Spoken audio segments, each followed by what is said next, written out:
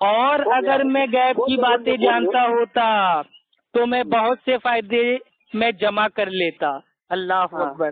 اللہ کے نبی سے اللہ تعالیٰ کیا کہہ رہے ہیں کہ اگر آپ غیب جانتے ہوتے تو آپ بہت سے فائدے اکٹھا کر لیتے.